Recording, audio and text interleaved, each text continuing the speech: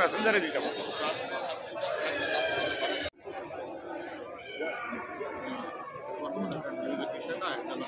ছিলাম আপনি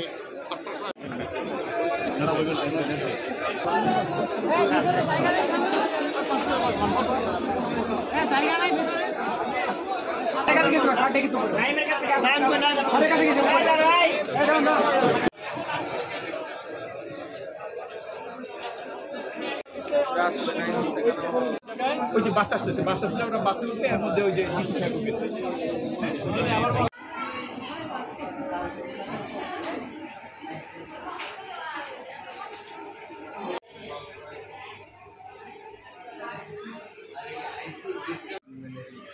এখানে কিছু গাফিলতি আছে, আমরা তো এই রোগীর পাশে ছিলাম।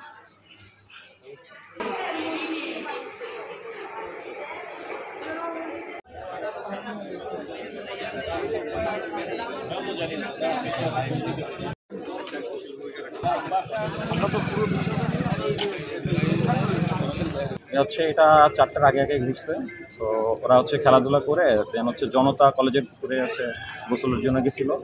তারপরে হচ্ছে ও হচ্ছে সাঁতার জানে না, হয়তো বা স্লিপ করে বা ওইখানে হয়তো পড়ে গেছে।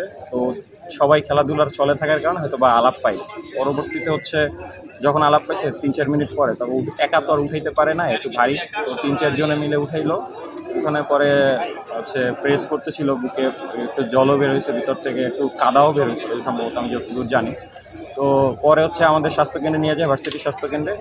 সেখান থেকে দেখে যে অবস্থা আরও ক্রিটিক্যাল, তারপর ওইখান থেকে পটুয়াখালী মেডিকেলে নিয়ে আসছে। তো আনার পরে এখানে 40 মিনিটের মতন ছিল, কোনো ডাক্তার ছিল না, নার্স ছিল, নার্স বলে আসতেছে, ডাক্তার বলে আসতেছে, মানে কেউ ওইভাবে চিকিৎসা দিতেছিল না। আমাদের যে কটা ফ্রেন্ড এখানে ছিল ওরাই নিজেরা হাত পা মালিশ করতেছিল, বুকে করতেছিল, অক্সিজেন ওই আইসিউর মানে আইসিউর মেশিন, কিছু মেশিন টেশিন মনে হয় ওইভাবে ঠিক নেই। পরে এখানে প্রায় 40 মিনিটের মতন ছিল, 40 মিনিট। আরও পরে আরেকটা ফ্রেন্ড আসছে, ও বললে আরও 15 মিনিট ছিল, প্রায় সব মিলে 55 মিনিটের মতো জীবিত ছিল। ওরা তো, আমরা তো নর্মালি পালসটা বুঝতে পারি যে একটা মানুষ বেঁচে আছে কিনা, বা মারা যাওয়ার আগে একটা বোঝা যায় যে এখন হয়তো বা সব ব্রেথ থেমে যাচ্ছে বা নিস্তেজ হয়ে যাচ্ছে। তারপরে ডাক্তার আরও 20 মিনিট পরে ডাক্তার বলতেছে যে এখন মারা গেছে, এবার নাই।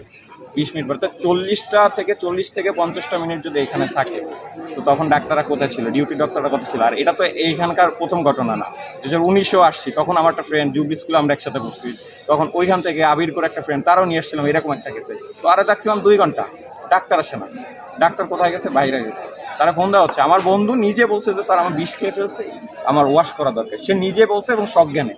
একটা রোগী যখন সজ্ঞানে বলতে পারে অবশ্যই সে সবুজ সেন্সে ছিল। তখন এগুলো হয়েছে, এগুলো আসলে কখনোই কোনো কিছু আন্দোলন করে আসলে কোনো সফলতা বা মানে কোনো শাস্তি বা কোনো কিছুই হচ্ছে না, এর প্রতিকার হচ্ছে না। হসপিটাল যেমন আছে, আগেও যেমন ছিল, এখনও তেমনই আছে। আর ফিউচারে কী হবে আমি জানি না। এখন তারপরে আমরা জোরদার দাবি জানাচ্ছি, যা হয় আর কি। আমাদের হচ্ছে ম্যানেজিং কমিটি এই ব্যাপারে আমাদের সাক্ষাৎকার দিবে যে এখানে আসলে পরিবর্তন সম্ভব কিনা। আর আমরা চাচ্ছি যে ডাক্তারের লাইসেন্স বয়কট করে তাকে আইনে আনা হোক। ওরা আমরা শুনলাম যে ওর নাক মুখ দিয়ে কি রক্ত বের হয়েছিল নাকি? পরবর্তীতে হ্যাঁ, একটু রক্ত বের হয়েছিল নাক থেকে পরবর্তীতে রক্ত বের হয়েছিল। ফুটবল খেলে হচ্ছে ওরা গোসলে যায় সম্ভবত হলে যাবে। হ্যাঁ, আমাদের সেন্ট্রাল মাঠে, আমাদের ফুটবল খেলে গেছে ওই জনতা মাঠে, জনতা পুকুরে। হ্যাঁ, জনতা। তো ওখান থেকে কি স্লিপ করছে? এখন সেটা আসলে প্রত্যক্ষ যে ও ভালো বলতে পারবে। হ্যাঁ, আমাদের ক্যাম্পাসে পুকুর আছে। আমি সঠিক এটা বলতে পারবো। ঘটনাটা কি হলো, এটা কারণ বিষয়ে জেলা প্রশাসন একটা তদন্ত কমিটি করে দিয়েছে। সেখানে জেলা প্রশাসন আছে, সিভিল সার্জন আছে, ছাত্র প্রতিনিধি আছে, বিশ্ববিদ্যালয়ের প্রক্টর আছে। তদন্ত কমিটির প্রধানকে আমি সম্ভবত সিভিল সার্জন 8 সদস্য তদন্ত।